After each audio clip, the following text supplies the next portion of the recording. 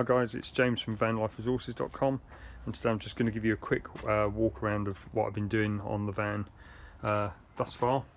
So it's been about a week since I did the original walk around video, and not a lot from a build perspective has been going on.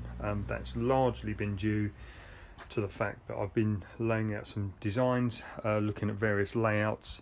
I even went to see a few people that have kindly let me look around their vans, take some measurements, and look at their setups, specifically beds. So I'm not going to go for the kind of standard rock and roll bed. It obviously needs to be bolted in place to the floor. I'm not keen on the way that it converts to a bed and the comfort. So for me, I'm going to go for a self-built bed, which I'll come show you some detail on that shortly. So from a layout perspective, I've been doing a few layouts, and you know, I really can't sort of emphasize enough that this really doing layouts is massively invaluable, because when you look at the space inside the van, you kind of think, well, how's this all going to fit in? What kind of measurements am I going to use? And no matter how much you use a steel rule and you measure it out and you mark it with a pencil, nothing really provides a little focus and an idea of actually where things will go and how the space can be utilised until you start marking it out. And I've just used some basically some 50mm gaffer tape is absolutely ideal. And this is not, there's nothing scientifically measured here. I just did a design on paper and then put that out on the tape just to see how that would look with a van perspective, specifically around when you're getting in the van between the corner of potentially the unit there and the sink unit. You want obviously a little bit of access room, so there's plenty of access room, and even with the bed in.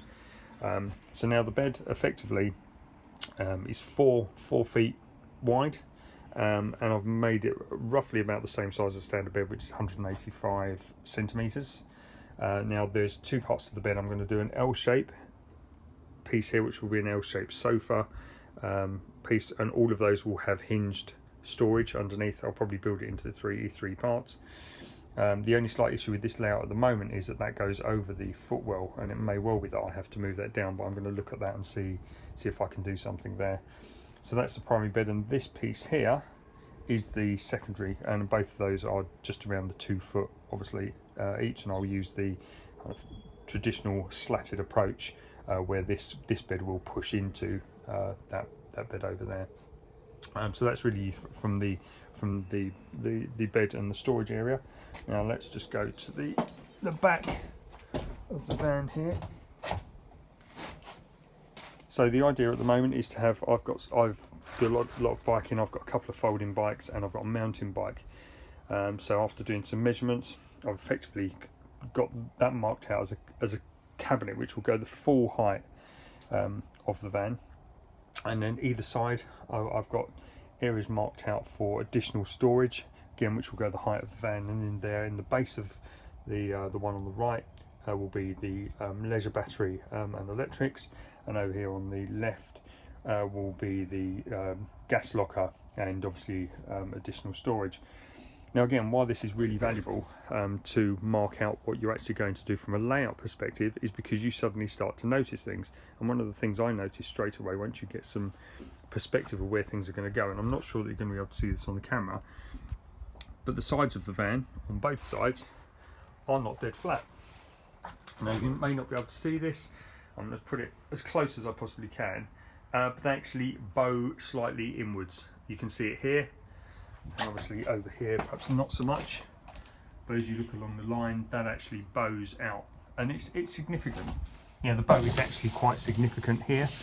Now that's not going to make a massive difference, but it will mean that I'm probably going to lose a bit of space using this design. I'm going to pull that away from the wall slightly, so I'm going to have to relay that out. But this at the moment is my kind of favoured layout. The next thing obviously I'm going to have to do is to remove the ply lining, ready for the insulation. Now removing the ply lining from a van is not insignificant.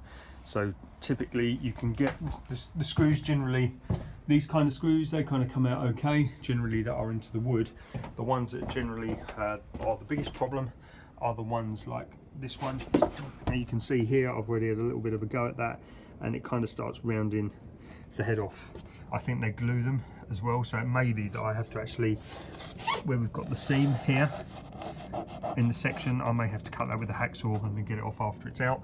I obviously want to keep the ply lining. The boxes I'm not going to keep at all, and they're actually stapled, they're not screwed, so I'm going to have to break those apart. So that's where we are with the layout at the moment. So I'm going to go and do some measurements, put it back onto paper. So at this point, unfortunately my battery died, but I was pretty much there anyway and ready to close out the video clip. One thing that I thought you might be interested in was my kind of first base design of that layout that we've seen in the van today. And I just literally did it on a piece of paper. This is probably about my third or fourth layout go, and as you can see, it's pretty much exactly the same as how I've laid out the van. There are some cursory measurements on there, but I will upload a completed version with some of my measurements on there, so that if anybody's looking to do it, either if they have a Vivaro Traffic or you know, a van that's very similar, you can use that as a base start. Okay, well, thanks for watching, and I'll speak to you next time.